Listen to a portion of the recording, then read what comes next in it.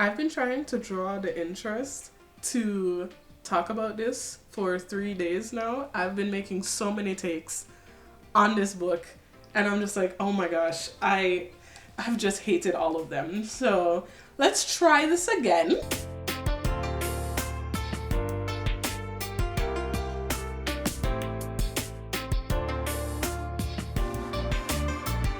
Hello, and welcome back to my channel. So today, I'm going to be using this mic as a little prop because, I don't know, I just feel like it. But today, we're here to talk about Court of Night by C.N. Crawford. So I have my little synopsis on Goodreads. So it reads, as a Knight of the Shadow Fae, I'm tasked with defending the Institute. I'm deep into a world of dark magic, orgiastic death cults, and demon roller discos.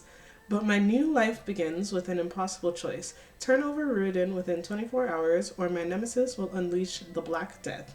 Worse, my old gladiator master is threatening to reveal my identity. If the truth gets out, I'll be out of the Institute faster than you can say Wrath of an Incubus. If I can't find and kill my oldest enemy in time, then it's the Black Death for everyone, and I'll be back on the run once more. This will be part of a 4-book series to be continued. Court of Shadows, Court of Darkness, Court of Night, Court of Dreams. This book is from the Demons of Fire and Night World. I don't know why that last part is on there, but I'm just gonna assume. I don't know why it's on there because this is like the 3rd book, like 3 out of 4 in the series, so I'm assuming that the other 2 were already up. But that's just an assumption. Okay, so I only have like 3 points to go off, maybe 4. 4 points to go off for this book. The first point is, I said in my last video that I was not going to treat this as a romance. I was going to treat it as a fantasy action book that I'm reading, right?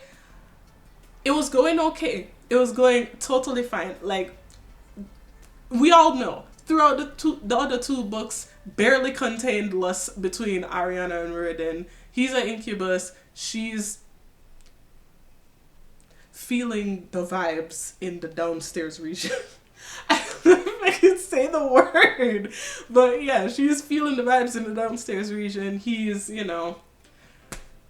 built for this. And, like, I was okay with them having the actual tension for the whole book. That's fine. I mean, like, the tension has been building up for the first 2 books. Tension's building up for half of the 3rd book. They boink. Totally unsatisfactory, by the way. It was basically just them laying in some dirt. Her on top of him, them laying in some dirt. Her saying, oh, tell me you want me. He tells her. Then it says she tears off his clothes and then moves to the sound of the drums. And then it switches to a completely different scene. And I'm like, this is what we've been waiting for 2.5 books for? Is this what we've been waiting 2.5 books for? But yeah. She is in love with him.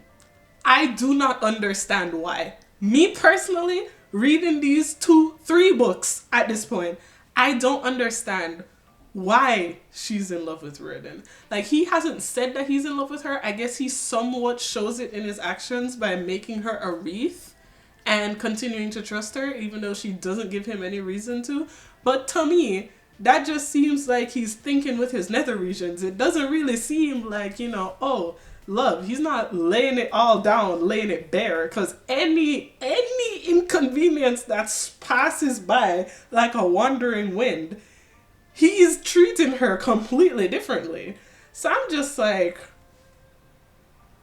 strange choice, sis, but go ahead. I found that absolutely annoying. Second point of the book that I found annoying was Ariana consistently hiding her true appearance from everyone, her true identity, her true background, which is that she's half fae, half angel of death. Her dad is Adonis.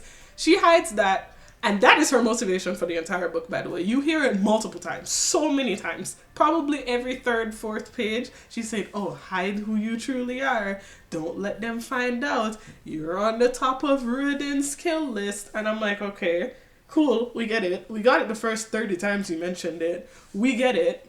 But if you're moving like that, and you're like actively messing up missions, we are all trying to find boleros, and you are actively murking people who can tell us where boleros is before we can get any information, just so that they don't tell everybody who you are. You do not have the grounds to walk around and blame anyone for anything. Because why are you out here? Listen, I felt for Angus throughout this entire story, okay? Especially this book. I found him a little bit irritating in the second book, but this book, me and Angus on the same wavelength. Because why are you sitting here like, actively punching this man in the face, causing him physical harm just because he's telling people not to trust you when you've given no one any reason to trust you? You have done the complete opposite and given people so many reasons why they shouldn't be trusting you. So I don't understand what this contempt is. What is happening here? It was just so annoying, because for someone who somewhat thinks a little bit logically, like, her whole thing is survival. So people who want to survive do think logically most of the time. Head empty, no thoughts. Like, I was irritated by that. That was annoying. The third point that it just really irritated me is, how many times are they gonna murk boleros before he's actually, like, gone? Because they keep fighting these fruitless battles trying to find boleros, instead of trying to figure out, oh, where is he? What's he doing? Why is he doing this? Why is he doing that? Go and find Emerald or something. Figure out how to murk him permanently instead of consistently just... It's like you go out and you get the clap and you go to the doctor and get treatment for it, and then continuously go back and boink the same person who keeps giving you the clap, and you just keep going to the doctor for it instead of finding someone who ain't got the clap to go boink. You're just constantly putting a band-aid on a stab wound, and I don't understand. Find a way to murk him. It's so annoying. Like, my gosh. The fourth thing that kind of irritated me throughout the whole thing, and the last one, just a little bit, is I didn't find any of the, like, strong bonds. Like, it wasn't really focused that much on any of the female friendships in this book that much. It was mainly focused on the fact that Ariana and Ruden are, you know, sloshy in the loins for each other, and that just clouds all of their judgment. It clouds all of their judgment. All of it. Because Ruden irritates me so much every time he just blindly trusts Ariana, even though she gives him absolutely no reason to.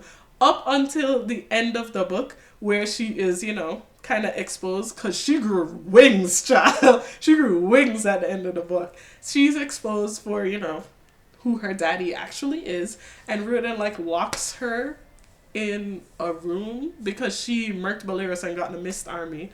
So he, like, locks her in a room. I have no idea if she's at the Institute or somewhere else, but her and Sierra are there, and he comes and he's just like, hey, so I'm going back to the world where your mom was murked by you, by the way, which we find out later on in the book that she's the one that caused the first Black Death, which is a plague, and that's how her mom and all of Ruden's friends and Ruden's wife got murked. So, ciao. But he's like, yeah, I'm going back to that world because we found an unholy grail from Boleros, which is what he was going to use to start the Black Death in the first place. But the only person that can destroy it is the person who made it, and the person who made it is your dad. So I'm going to go look for him. I don't know why he's telling her this. It don't make no sense. But yeah, I I'm going to try to finish the last book. I'm going to try my hardest because I want it to end. I'm so tired now. I want it to end. Please. Anyways, I'll see y'all in the next one. Yeah. Bye.